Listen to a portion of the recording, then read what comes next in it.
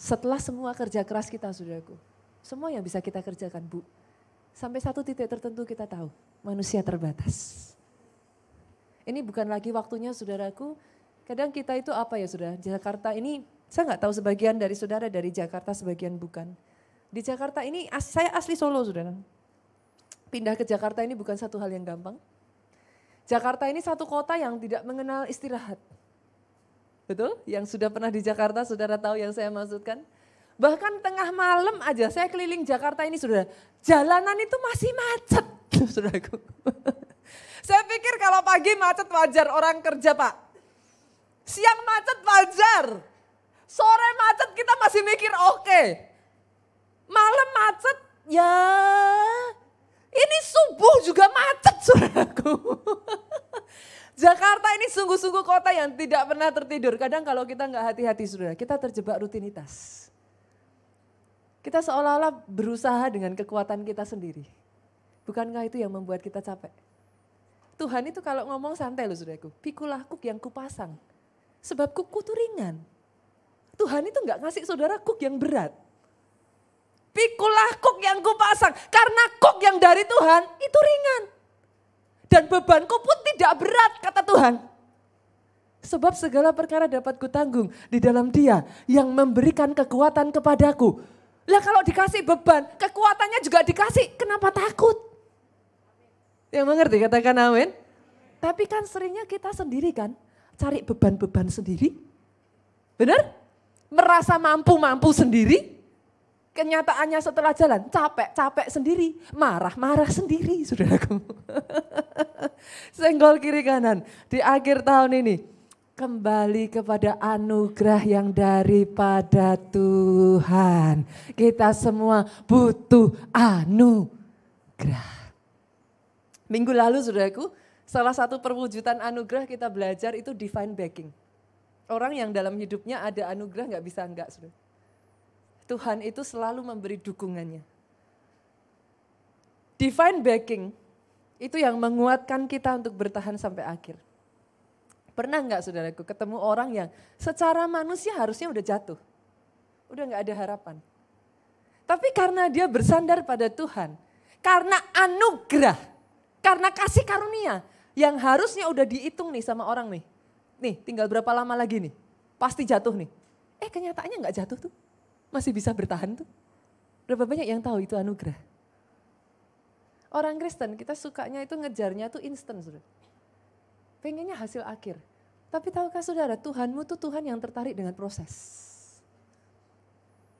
Orang yang hanya kepingin sampai di puncak selalu, saudaraku.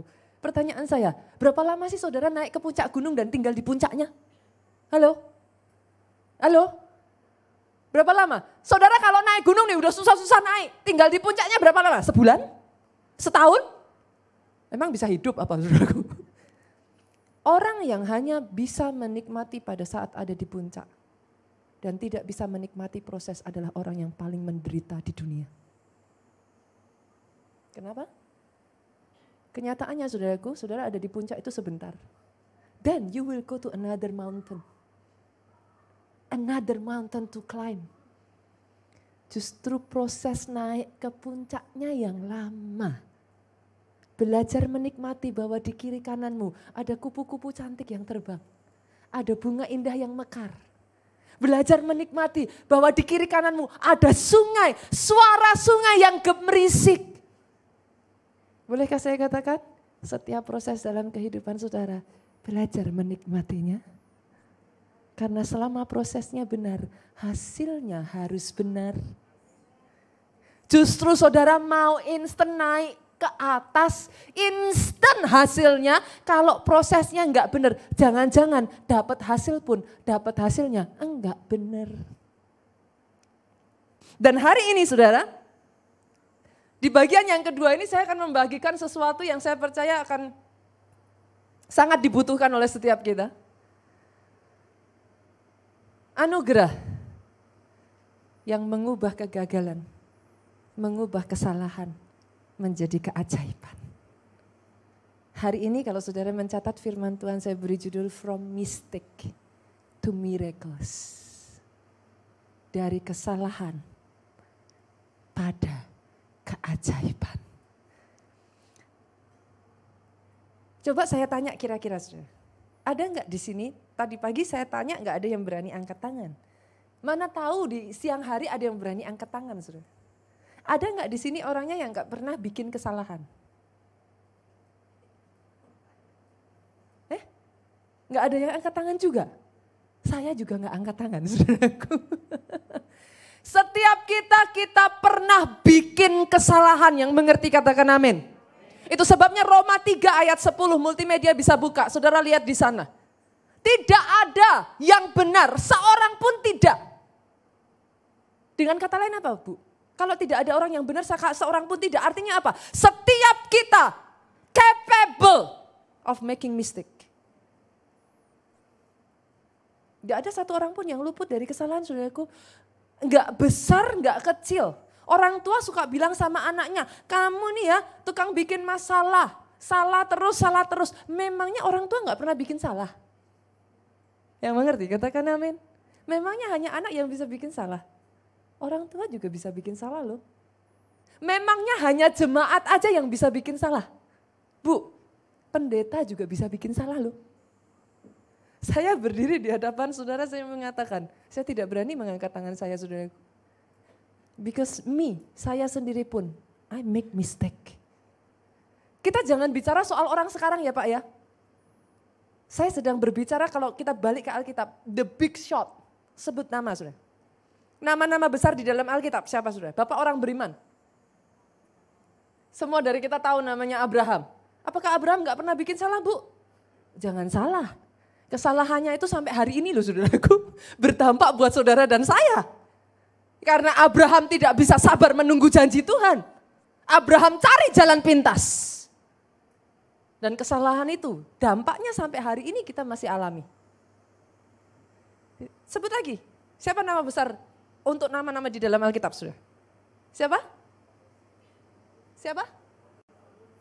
Siapa? Di perjanjian lama dulu. Daud, Daud, apalagi Bu? Daud. Dia rebut istrinya orang Bu. Bukan cuma rebut istri orang. Ini yang dikatakan a man after God's own heart saudaraku.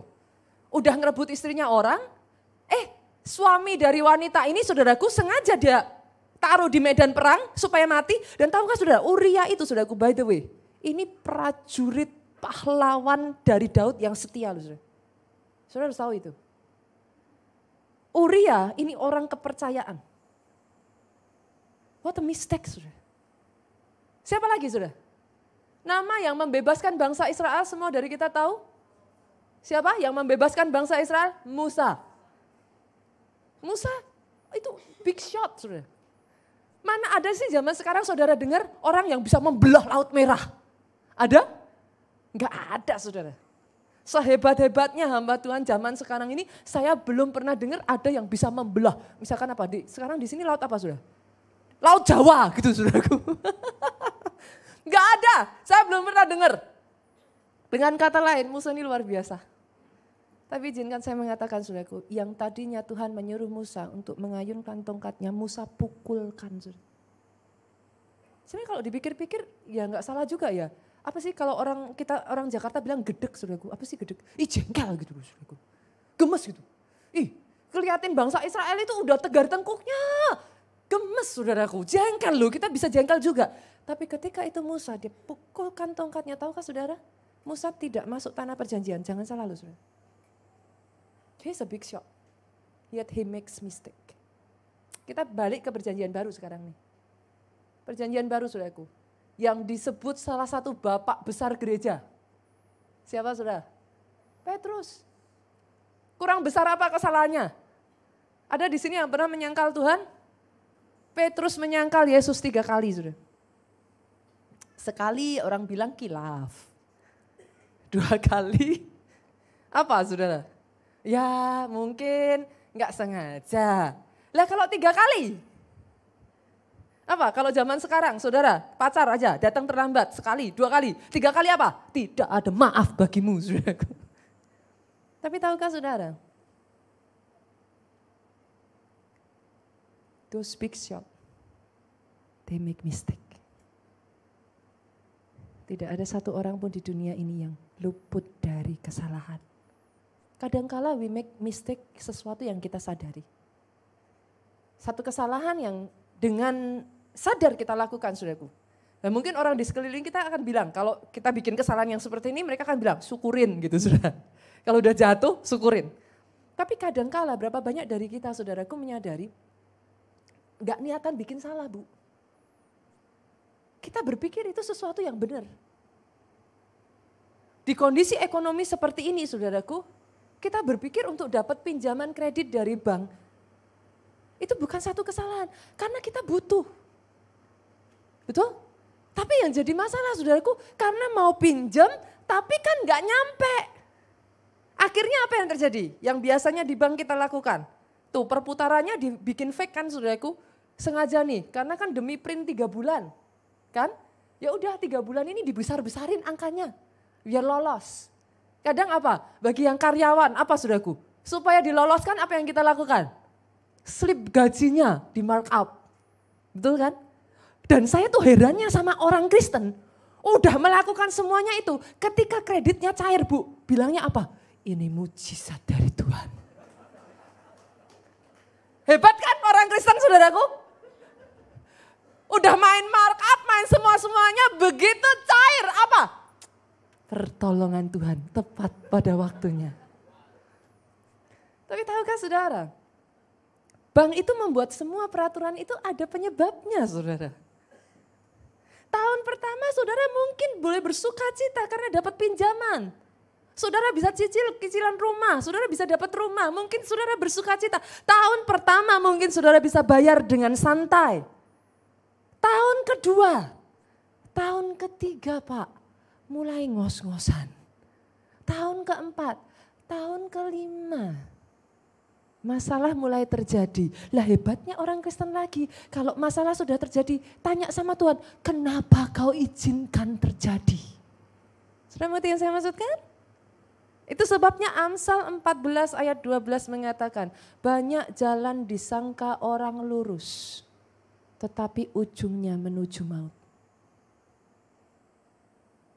Kadang-kala ada kesalahan dalam kehidupan kita ini yang enggak kita pikirkan, saudaraku. Sudah tahu orang tua enggak merestui. Punya pasangan tidak seiman. Enggak direstui orang tua, nekat aja. Saya itu punya pengalaman unik, saudara. Beberapa waktu yang lalu saya ngisi di Youth Kota Jogja. Salah satu acaranya mereka, karena ini acara event youth, jadi mereka bikin menarik. Dengan cara ada kayak kuesioner kayak gini, saudaraku, ada kuesioner di depan ditanya. Terus jemaatnya semua boleh pegang handphone, dijawabnya di handphone. Setuju nggak setuju? Nanti berapa persen setuju, berapa persen nggak setuju muncul di layar. Seru juga kan saudaraku, jadi saya pikir seru juga ya. Salah satu pertanyaannya dilempar kepada anak-anak muda nih, gereja kita di kota Jogja. Setuju atau tidak setuju? Menikah dengan orang yang tidak seiman. Saya pertama pede nih saudara. Jemaat keluarga Allah saudaraku. Kan saya pikir saya udah pede nih. Wah ini pasti sudah cukup mendengar firman Tuhan kan saudaraku. Jadi saya pikir 100% tidak setuju gitu kan saudaraku. Kaget saya saudara. Waktu saya balik ke belakang, deng saudaraku. Saya lihat ke belakang, deng. Ternyata saudaraku angka yang setuju itu cukup banyak saudara. Angka yang setuju cukup banyak. Saya dengan santainya tanya saudaraku, sama teman-teman yang setuju, ayatnya di mana? Yang mengerti katakan amin. Yang mengerti aminnya lebih keras. Kalau sudah tahu ditabrak, nanti kalau terjadi sesuatu, jangan tanya sama Tuhan, Tuhan kenapa kau izinkan? Cari masalah sendiri. Nangis-nangis sendiri, ya kan? Stres-stres sendiri, marah-marah sendiri. Yang mengerti aminnya yang paling keras. Tapi izinkan saya memberi kabar baik hari ini saudaraku. Kabar baiknya buat setiap saudara di tempat ini. Tidak peduli sebesar apapun kesalahanmu, sebesar apapun dosa yang kau buat. Atau bahkan saudaraku, tidak peduli sebesar apa kebodohan yang kau lakukan. Anugerah Tuhan selalu lebih dari cukup buat saudara.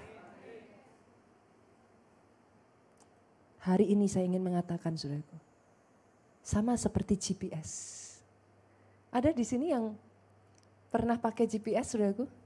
Orang Jakarta suka pakai apa? Apa biasa? Google Map? Ada yang pakai Waze ya? Ada yang pakai Waze. Saya tanya, udah pakai GPS, pernah nggak ada yang sudah benar-benar ikutin GPS tapi masih tersesat? Pernah ya? Pernah, langsung ada. Saudara. Karena kadang-kala saudara kita ikut GPS pun, Google itu kita nggak bisa ini saudaraku. Kalau naik ini sama-sama lurus. Lurusnya naik ke atas atau lurusnya dari bawah. Betul ya? Betul ya? Pernah ngalami ya? Saya aja pernah. Dan namanya Jakarta, sekali salah jalan. Saya pernah salah jalan tuh sampai Tanjung Priuk saudaraku. Sekali salah jalan, kita itu jauh.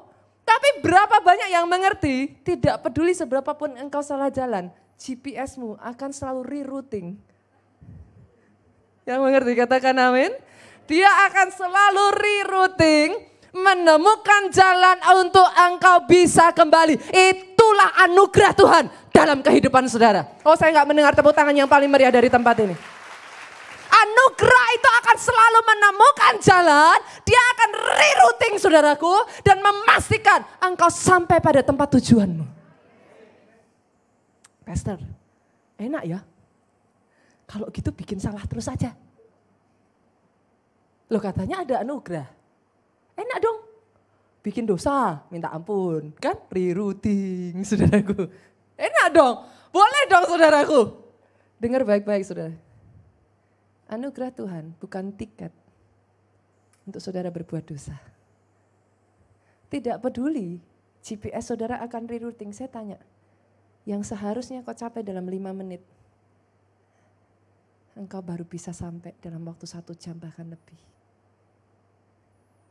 Every mistake you make comes with the consequence. Itu sebabnya hari ini kita bukan approach grace sebagai grace yang cheap grace. Anugerah yang murah. No. Tapi kita approach grace dengan hati yang benar-benar mengucap syukur dan menghargai bahwa anugerah Tuhan itu diberikan dengan harga yang sangat mahal. Bolehkah saya katakan ini saudaraku? Firman Tuhan hari ini mengingatkan setiap kita. Pegang satu hal ini. Tidak ada satu kesalahan pun. Tidak ada satu dosa ataupun kebodohanmu yang lebih besar dari kasih Bapa dalam hidupmu. Aminnya yang paling keras. Aminnya yang lebih keras lagi. Kita coba buka ayatnya saudaraku, kita lihat Mazmur. Pasalnya yang ke-103. Wow. Saya tuh setiap kali baca Mazmur Daud, saya tuh takjub saudaraku. Saya akan bacakan sekaligus sambil saya baca saudaraku, kita akan bahas satu-satu. Dari Daud, artinya ini Mazmur yang menulis Daud. Pujilah Tuhan, hai jiwaku, pujilah namanya yang kudus, hai segenap batinku. Pujilah Tuhan, hai jiwaku, dan jangan lupakan segala kebaikannya. Ayat yang ketiga saudaraku dikatakan apa? Dia yang mengampuni segala kesalahanmu. Saudara kalau baca ayat ini terdengar biasa ya saudara. Daud, ya wajar Daud ngomong kayak gini. Tapi saudara harus mengerti loh, pemikiran Daud ini pemikiran yang gak wajar di zamannya Daud. Sama sekali gak wajar. Kenapa saya katakan gak wajar? Di zaman perjanjian lama, saudara harus mengerti hukum yang berlaku, mata ganti mata. Nyawa ganti nyawa, Bu. Di zaman perjanjian lama mereka mengenal Allah yang keras. Mereka bukan mengenal Allah yang merciful. Saya itu kalau baca Daud ya, saya tuh selalu takjub. Kenapa saudaraku? Dia ini seorang yang hidup di dalam perjanjian lama, tapi dia punya mental perjanjian baru saudaraku. Bagaimana mungkin dia bisa mengatakan, Tuhan yang mengampuni segala kesalahanmu. Itu dari mana saudara? Itu sebabnya saudaraku, sampai detik hari ini pun, di dalam perjanjian baru, Yesus itu masih disebut apa saudara? Yesus itu disebut apa saudara? Anak Daud. Dia bahkan bukan disebut anak Yusuf, anak Maria loh saudara. Yesus itu disebut anak Daud. Something about David itu apa ya saudara? Dia tuh memang punya sesuatu yang pola pikirnya dia tuh gak wajar di zamannya dia saudara. Sampai-sampai di dalam perjanjian baru, saudara baca, yang akan dipulihkan di akhir zaman, apa saudara? Pondok Daud. Dia itu bisa menangkap gambaran Tuhan, bahkan ketika dia hidup di zaman yang tidak seharusnya saudara. Bahkan ajaibnya lagi kalau kita baca di sana, yang menyembuhkan segala penyakitmu. Daud bukan hanya percaya keselamatan loh saudara. Kita zaman sekarang aja untuk percaya kesembuhan gak segampang itu. Tapi Daud bisa berkata, yang menyembuhkan segala penyakitmu. Apakah di sana ditulis saudaraku, yang menyembuhkan segala penyakitmu, kasih bintang, rule and, apa namanya saudara? Apa? Syarat dan ketentuan berlaku saudaraku. Ada gak? Coba lihat Alkitab saudara.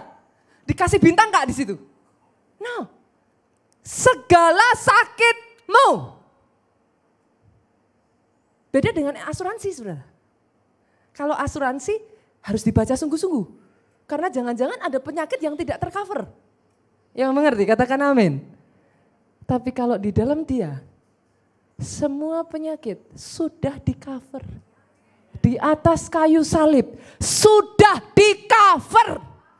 Oh aminnya kurang keras. Aminnya lebih keras lagi buat Yesus Tuhan kita. Segala penyakitmu. Kenapa sampai saya memperkatakan seperti ini saudaraku? Yes, saudara tuh harus sampai di titik menerima itu. Atas setiap penyakit ada kesembuhan yang dari Tuhan. Kenapa kalau saudara tidak sampai di titik mengubah diri kita saudaraku. Iblis itu paling suka geser boundaries tuh saudara. Dia tuh paling suka majuin terus. Dipepet terus saudaraku. Dipepet sampai di titik di mana kita mengatakan wajar orang sakit. Enggak wajar orang sakit. Ya mengerti katakan amin. Kalau saudara baca, saudara lihat. Di zaman bangsa Israel saudara, mereka tuh gak kenal sakit penyakit loh. Sorry saudara. 40 tahun mereka berputar-putar di padang gurun. Saudara lihat, kasut aja gak aus kok. Mereka itu mengenal sakit penyakit itu dari zaman Mesir, saudara. Saudara bisa baca histori. Disitulah muncul yang namanya dokter. Berapa banyak dari saudara yang mengerti? Sebagian dari saudara masih, masa sih pastor kenyataannya aku masih sakit. Kenyataannya aku bisa sakit, yes bisa sakit. Tapi bisa disembuhkan. Pastor, masa sih? Lah, bukannya setiap orang nantinya akan meninggal. Yes, tapi firman Tuhan mengatakan, engkau akan menua dengan baik. Kalau saudara tidak menerima konsep ini, maka saudara akan menganggap, kalau sudah tua sakit-sakitan itu wajar. Maafkan saya saudaraku, Alkitab saya tidak mengatakan seperti itu. Saya tidak mengatakan ini karena saya sudah mencapainya saudaraku. Tapi saya mengatakan ini, saya mengubah pola pikir saya sendiri. Karena kalau kita tidak hati-hati saudaraku, kita melihat terlalu biasa, kita sakit itu wajar, sakit itu biasa pastor. No, kita harus menolak. Yesus sudah berkata saudaraku, 2000 tahun, sampai beberapa waktu yang lalu saya katakan, tahukah saudara, your sickness is expired. Saya harus ngomong ini saudaraku, kalau saya tidak perkatakan ini terus menerus, logika kita ini tricky saudara. Kenapa saya katakan 2000 tahun yang lalu, your sickness is expired. Karena 2000 tahun yang lalu ada seorang anak Allah saudaraku turun ke dunia ini. Dia jadi manusia, dia mati di atas kayu salib. Pada hari yang ketiga dia dibangkitkan dari antara orang mati. Orang yang sama ini mengatakan di dalam Alkitab saudaraku, dia berkata, I took your sickness and infirmity. Dia sudah menyambil sakit, penyakit dan kelemahan tubuhmu. Itu sebabnya saudaraku, engkau tidak bisa sakit lagi. Wah aminnya yang paling keras, engkau tidak boleh sakit lagi. Pastor kalau sakit gimana? Percaya ada kesembuhan. Sama seperti saudara percaya akan keselamatan, apa susahnya percaya akan kesembuhan? It comes in a package. Daud mengatakan saudaraku, menyembuhkan segala penyakitmu. Dia yang menebus hidupmu dari lubang kubur. Tahukah saudara di tempat ini? Kegagalanmu saudaraku adalah sarana untuk engkau belajar. Kegagalan bukan sarana menghancurkan hidupmu. Hari-hari ini kalau ada di tempat ini, please, can I say this? Don't be too hard on yourself. Don't be too hard on other people. Setiap kita bisa membuat kesalahan saudaraku, tapi kesalahan tidak pernah diperuntukkan untuk menghancurkan kehidupan saudara. Kesalahan dibuat untuk saudara belajar menjadi lebih baik. Itu sebabnya pasca saudara membuat kesalahan, hiduplah lebih benar lagi. Yang harus saudara lakukan, evaluasi kesalahanmu saudaraku. And be a better person. Masalahnya seringkali saudaraku, saya tanya saudara, kapan sih Tuhan itu datang kepada saudara menghakimi? Has he ever? Cek dalam Alkitab saudara, Tuhan yang saya kenal, bahkan Petrus yang sudah 3 kali menyangkal Yesus saudaraku. Dia bukan hanya membuat dosa kecil. Apa kalau orang bilang katanya zaman sekarang tuh ada dosa kecil, ada dosa besar. Di mana ayatnya saya nggak tahu juga saudaraku. Tapi kata orang dosa itu dikategorikan saudaraku. Kalau memang dosa dikategorikan, maka kategori dosanya Petrus ini sudah besarnya besar. Dia menyangkal Yesus 3 kali Pak. Tapi coba saudara cek dalam Alkitab. Pada saat Yesus berjumpa dengan Petrus, has he ever once mentioned? Pernah Yesus ketemu Petrus sekalipun dia mengungkit-ungkit kesalahan Petrus. Baca Alkitabmu sekali lagi saudaraku. Pada saat Yesus berjumpa dengan Petrus, dia tidak ungkit sedikit pun kesalahan. Saya bersyukur saya punya Allah yang beda dengan kita manusia, saudara. Bapak ibu di sini yang sudah pasangan suami istri boleh lambaikan tangan? Pak, saya tanya nih khususnya bapak-bapak yang saya tanya. Kalau istrinya lagi marah-marah Pak, diungkit enggak Pak? Halo? Karena yang sukanya begini wanita biasanya saudaraku. Saya tanya kira-kira, kalau si istri saudara lagi marah-marah sama saudara, yang keluar apa? Saudara marah sama dia karena dia bikin salah. Bukannya dia minta maaf, dia ngomong, kamu juga sama. Dulu, kamu ingat gak? Keluar kan senjatanya saudaraku. Saudara mengerti yang saya maksudkan? Tapi Tuhanmu gak pernah saudara. Tuhanmu gak pernah. Saudara harus tahu to take side. Siapa pembelamu dan siapa penuduhmu saudaraku. You have to be clear. Ada begitu banyak orang Kristen, saya tuh heran. Posisinya enggak jelas.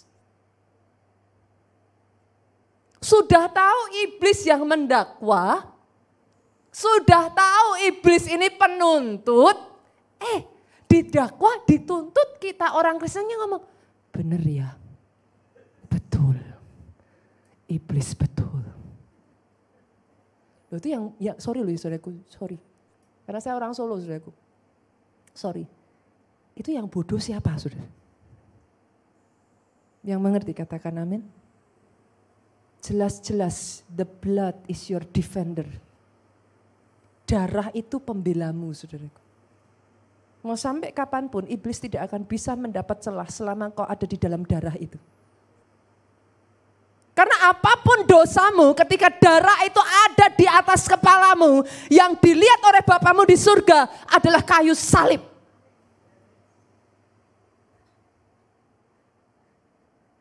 Sejak dari hari ini saya perkatakan tidak ada lagi intimidasi. Dalam nama Yesus semua intimidasi stop. Sejak dari hari ini setiap kata-kata tuduhan iblis stop. Jangan dengarkan lagi. Karena kadang saya marah loh saudara. Saya marah setiap saya mendengar kesaksian ataupun saya mendengar cerita dari konseling dari beberapa teman-teman.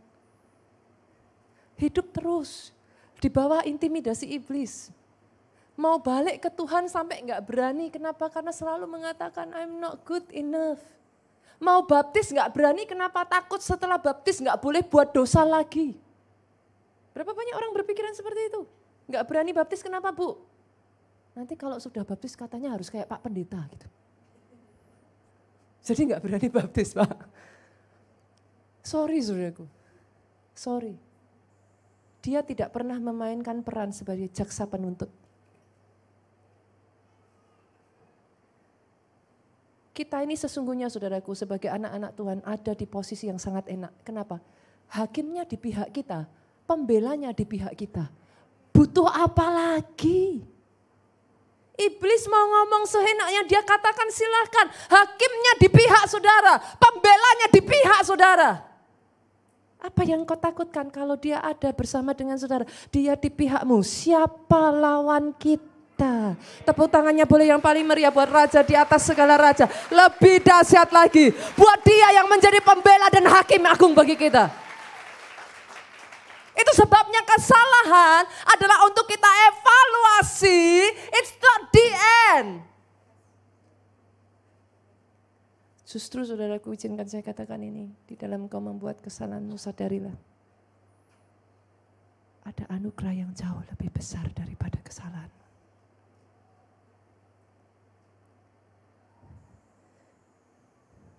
Orang yang menyadari hidupnya adalah anugerah.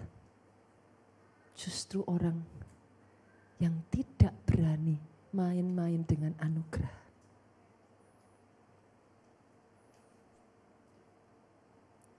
Hari ini saya berdoa saudaraku, sama seperti anak bungsu. Kalau saudara baca kisah anak bungsu, saudara. Ini anak saudaraku, apa bahasanya saudara? Bukan cuman bocengli saudara. Ini anak ini kalau kita orang Indonesia bilang kurang ajar saudara. Karena saya orang Jawa, saya nggak bilang kurang ajar, saya bilangnya kurang wajar. Ya, saya orang Jawa, saudara. Saya tuh kemarin ketemu orang, ngobrol, dia dengerin lewat YouTube, saudara. Dia bilang, Pastor, saya hafal suaranya Pastor, yang suaranya medok sekali katanya, saudaraku. Saya jadi ketawa, saya orang Jawa, saudaraku. Saya asli Solo, jadi suaranya ini masih ke bawah, saudara. Jadi kebetulan ada ibu-ibu ya dari Manado, suaranya juga pasti beda. Kalau saudara dari tempat asal gimana sih saudara? Kita tuh gak bisa menghilangkan logat ya dari tempat asal kita saudaraku. Saya berharap saudara bisa mengerti sekalipun pakai bahasa Jawa yang begini saudara. Anak bungsu ini saudara. Kalau dibilang kurang ajarnya kurang ajar saudara. Kenapa saya katakan demikian? Orang tua masih hidup, warisan udah diminta terus.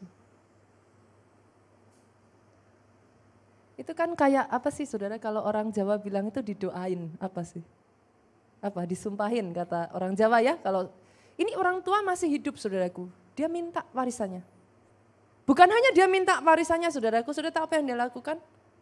Dia berpikir aku gak enak di rumah, aku dikekang. Aku gak boleh ini, aku gak boleh itu, aku mau keluar. Aku mau hidup sendiri, aku mau hidup bebas. Sesuka hatiku, dia habiskan semua warisannya saudara. Dan lebih kurang ajarnya lagi setelah semua yang dia lakukan itu dia berpikir, mau balik. Tahu diri enggak nih orang sudah? Sudah ngelakuin semuanya loh sudah. Itu ibarat kata kalau orang bilang berani-beraninya. Tapi tahukah saudara, bolehkah saya katakan ini? Tidak peduli apapun yang sudah dia lakukan. Pada saat dia kembali kepada bapaknya, bapak tidak pernah menolak dia. Dari jauh Alkitab berkata, bapaknya melihat dia. Bukan dia menunggu. Kita orang tua pernah nggak sih saudaraku, kalau lihat yang lebih muda, terus jujur. Bapak ibu di sini yang sudah lebih senior, pernah nggak sih kalau lihat yang lebih muda kita jaim? Atau lihat yang statusnya lebih rendah dari kita, kita jaim. Dia datang, kita pura-pura nggak lihat. Nunggu disamperin dulu. Pernah nggak? Yang mengerti katakan amin. Ngerti ya sudah yang saya maksudkan. Tapi tahukah saudara, ini anak dengan bapaknya, kalau mau bicara jaim saudaraku, ini bapak. Tidak punya 1001, tidak punya satupun alasan saudaraku untuk mendekati anak ini. Ini anak yang kurang ajar, anak yang nggak tahu diri. Tadi pagi ada yang bilang durhaka katanya saudara. Ini anak durhaka saudara. Tapi dari jauh Alkitab mencatat bapaknya meninggalkan tempat duduknya, dia berlari. Dia hampiri anaknya, dia kembalikan jubah itu kepada anaknya. Izinkan saya katakan ini saudaraku, stop listening to the devil. Start listening to him. Tidak ada satupun dosa dan kesalahanmu yang lebih besar dari kasih Bapa dalam hidupmu. Di akhir 2019 ini tidak satu orang pun menjauhkan diri dari Tuhan. Di akhir 2019 ini saya berdoa, setiap saudara apapun yang sudah kau lakukan dalam kehidupanmu, ambil langkah, datang kepada kasih karunia. Karena dia Tuhan yang kreatif, saudara. Dia Tuhan yang bisa mengubah, Bu, segala kegagalanmu dengan caranya yang ajaib. Oh yes, saya kasih contoh yang simpel, saudaraku. Yusuf sampai dibuang sama kakak-kakaknya itu karena apa, saudara? Karena apa? Kakak-kakaknya bisa iri, kenapa? Yusuf tuh ya saudaraku, di depan kakak-kakaknya, pakai jubah warna-warninya, dia menari-nari. Loh kalau kakaknya semua nggak dikasih, 12 anak, 11 nggak dikasih, 1 dikasih, yang dikasih berdiri di tengah yang 12 menari-nari. Wajar nggak yang 11 pengen nyeki, saudaraku? Make sense dong, make sense dong. Jangan hanya kita menyalahkan kakaknya. Yusuf dibuang, salah satunya kesalahannya dia. Itu yang saya sebut foolishness, kebodohan. Kalau kita diangkat, orang di sekeliling saudara hidup susah, saudara pamer, saudara dibenci. Wajar gak?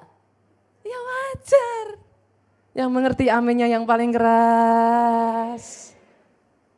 Tapi tahukah saudara, terlepas dari itu adalah kebodohan Yusuf. Saudara. Alkitab mencatat, dalam pembuangan itulah Tuhan mengangkat Yusuf. Dalam pembuangan itulah, bahkan ketika di penjara itulah, Tuhan memakai semua kebodohan, kesalahan, kekurangan Yusuf. Dia tidak pernah takut dengan semua kegagalanmu dan kesalahanmu dan kelemahanmu, saudaraku. Dia punya 1001 cara untuk rencananya harus jadi atas kehidupan saudara. Boleh saya dengar tepuk tangan yang paling meriah buat raja di atas segala raja. Tuhan yang begitu baik, yang begitu mengasihi engkau. Oh, your God is too big for your mistake. Tuhanmu terlalu besar. Engkau yang hari ini berpikir bahwa kesalahanmu, apapun yang sudah kau lakukan itu the end of everything. Saya izinkan saya katakan ini hari ini saudaraku. Buang jauh semua intimidasi itu. Jangan dengarkan semua kata-kata ini. Karena Tuhanmu lebih besar dari semua kesalahan yang bisa kau pikirkan engkau buat. Dia sanggup mengubahnya saudaraku. Roma 8:28 Allah turut bekerja dalam segala perkara untuk mendatangkan kebaikan bagi orang yang mengasihinya. Pertanyaannya sekarang, Pastor, apa yang harus saya lakukan? Kalau saya tahu bahwa oke, saya butuh grace ini, saya butuh anugerah ini, anugerah yang bisa mengubah kesalahan saya, mistake saya, menjadi miracle, mengubah kesalahan saya menjadi sebuah keajaiban. What should I do? Yang pertama saudaraku, tangkap ini baik-baik. Yang pertama, sadar dulu. Sadar kalau saudara membuat kesalahan. Karena ada banyak orang bikin salah nggak sadar dia salah kok saudara. Berapa banyak saudara ketemu orang macam begini? Sudah salah, bukan sadar diri, masih nyalain orang lain. Yang mengerti katakan amin. Yang pernah ngalami katakan amin yang lebih keras. Yang pertama saudaraku, kalau hari ini kau buat kesalahan, stop blaming other people. Akui, yes, indeed, I make mistake. Saya salah. Sebelum engkau sampai pada understanding, sadar bahwa saudara salah, saudara nggak akan bisa masuk ke level berikutnya lagi. Dimulai selalu harus kita sadar, Bu. Yes, we make mistake. Suami istri kalau bertengkar, salah satunya sadar dia salah. Selesai pertengkarannya. Yang mengerti katakan amin. Suami istri nggak selesai bertengkar. Kenapa saudaraku? Dua-duanya nggak merasa salah. Dan paling nggak enak mengaku diri kita salah. Kita sadar pun lebih enak nyalain orang lain. Halo? Kamu, dia, mereka boleh salah, asal jangan saya. Yang mengerti aminnya yang keras. Tapi hari ini saudaraku, permulaan dari anugerah adalah menyadari kesalahan kita. Yang kedua, Pastor, kalau sudah kita sadar kita salah, kalau kita sudah sadar kita salah, jangan lari ke tempat yang salah. Jangan menjauh dari Tuhan. Kalau sudah sadar salah, cari cepat-cepat Tuhan. Don't make another big mistake again. Kalau sudah tahu salah, sudah cepat berlari kepada Tuhan. Dia satu-satunya gunung batu karang dalam kehidupanmu. Saudara tahu di Israel zaman dulu mereka itu mengenal kota, Bu.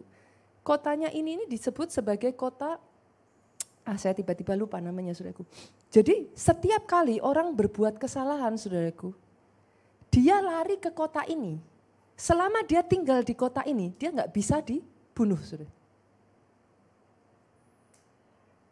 Kalau dia keluar dari kota ini, jadi di seluruh penjuru Israel itu disebar, ada beberapa kota yang seperti ini saudaraku.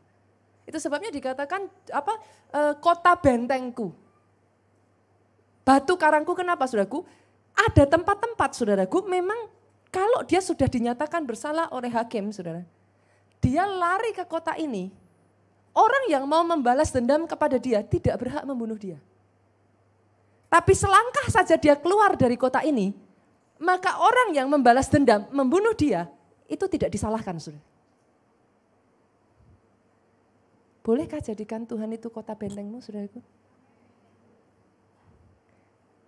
Sekali lagi, it's not a cheap grace ya.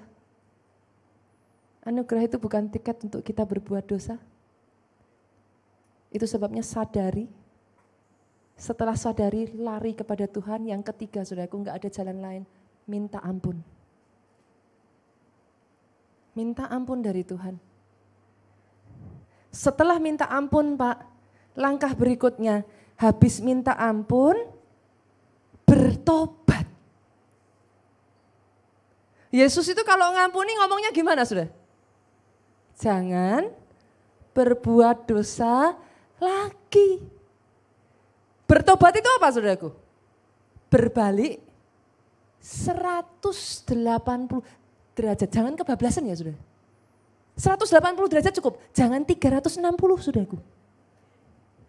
Yang mengerti katakan amin. 180 aja, berhenti di situ saudaraku. Jangan berbaliknya 360. Ada banyak orang Kristen sudah diampuni, bertobat. Kata orang Jawa kapok lombok saudara. Kapok lombok itu apa saudara? Sudah kapok makan lagi. Kapok, pedes, kapok. Makan lagi saudara. Yang mengerti katakan amin. Bertobat, berbalik 180 derajat, tinggalkan dosa. Setelah itu apa saudaraku? Kerjakan anugerah itu dalam hidupmu. Hiduplah dalam anugerah, hiduplah di dalam takut dan gentar akan Tuhan. Karena kita mengerti anugerah yang kita terima adalah anugerah yang mahal dari Tuhan. Sekali lagi tepuk tangan yang paling meriah.